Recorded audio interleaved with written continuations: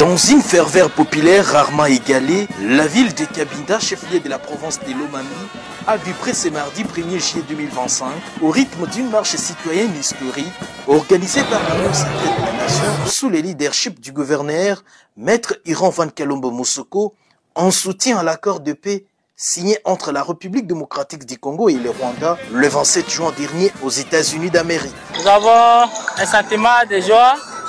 La population a répondu avec pompe à l'appel de l'autorité provinciale, son Excellence Monsieur le gouverneur de province Iran Van Kalombo. Nous avons eu à marcher pour soutenir le président de la République, Félix Antoine Tshisekedi Tshilombo.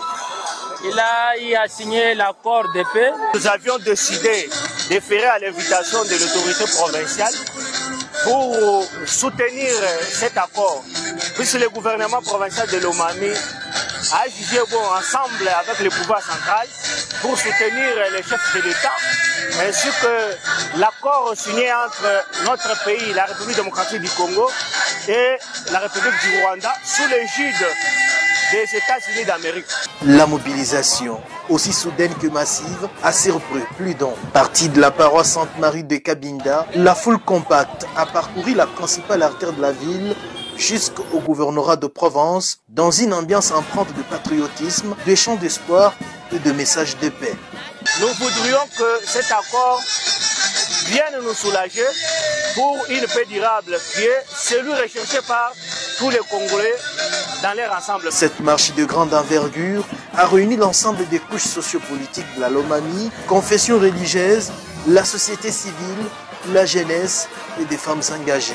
Sur l'esplanade du gouvernorat, c'est devant une population massée comme un œuf que le gouverneur Iran Van Kalombo Moussoko a pris la parole, livrant un message à la hauteur de l'événement.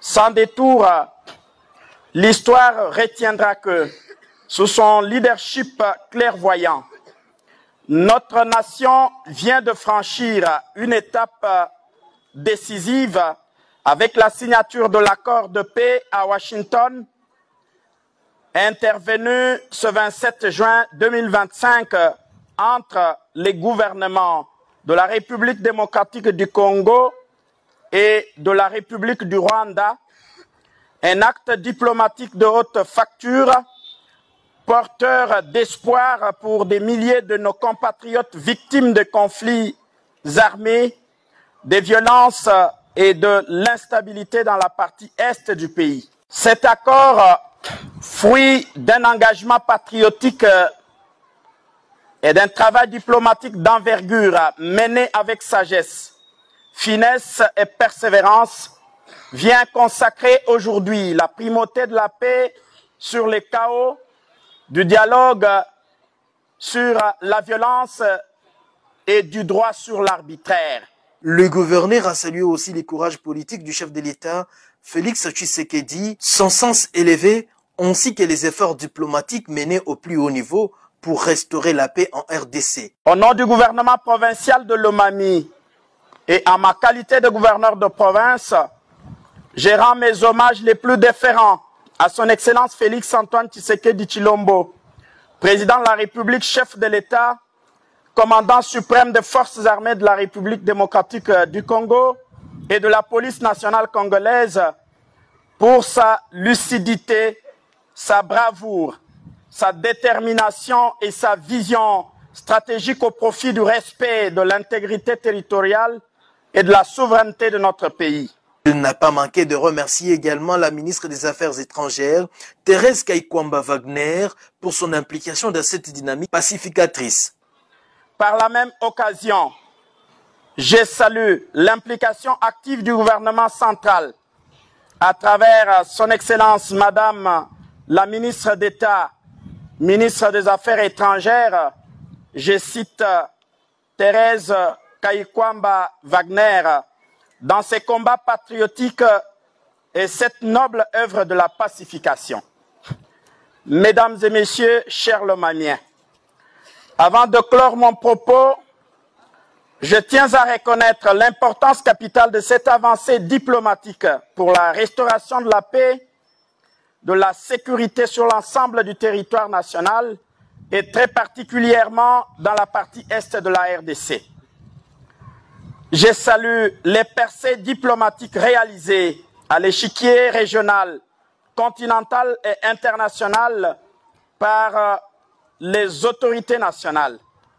Présent à cette grande mobilisation, le président d'intérim de l'Assemblée provinciale de Lomami, Hippolyte Kabangombuila, a marqué son soutien indéfectible à la marche, saluant un élan patriotique en faveur de la paix et de l'unité nationale. Nous avons un sentiment patriotique d'abord, parce que nous voulons soutenir, montrer que la population lomamienne est derrière le président de la République et soutient toutes les démarches entreprises par son gouvernement pour retrouver la paix à l'est de notre pays, mais également dire toute notre attention à la situation qui se passe à l'est de notre pays.